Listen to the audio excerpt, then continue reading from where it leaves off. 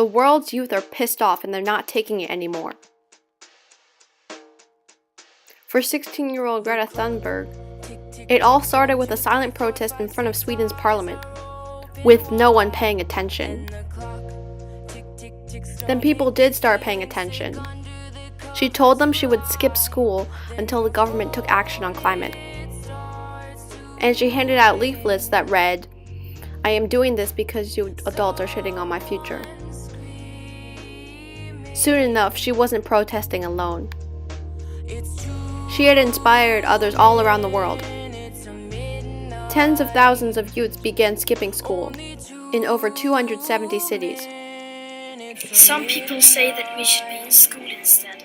But why should we be studying for a future that soon will be gone, and when no one is doing anything whatsoever to save that future? In Australia, over 1,000 young people marched to demand that their government transition to renewable energy by 2030.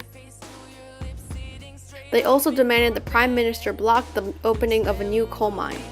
Australia's carbon emissions are at record highs, and the country has been repeatedly hit by massive heat waves and drought. Greta Thunberg kept protesting. She took an electric car to London to spread her message. Climate change is an existential threat and the most important issue of all. There are no grey areas when it comes to survival. Either we go on as a civilization or we don't. Greta isn't the only one who's taking her future into her own hands. In Canada, a young lawyer named Catherine Gauthier sued the government on behalf of all Canadian youth.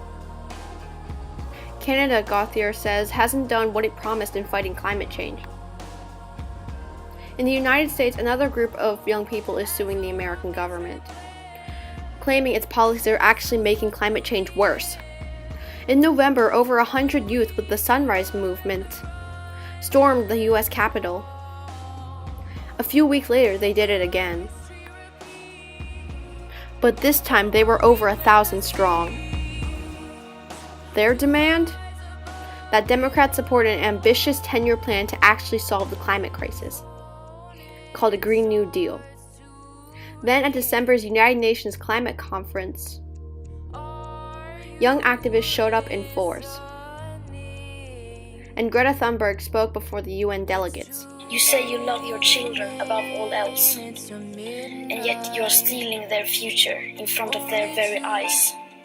Until you start focusing on what needs to be done, rather than what is politically possible, there is no hope.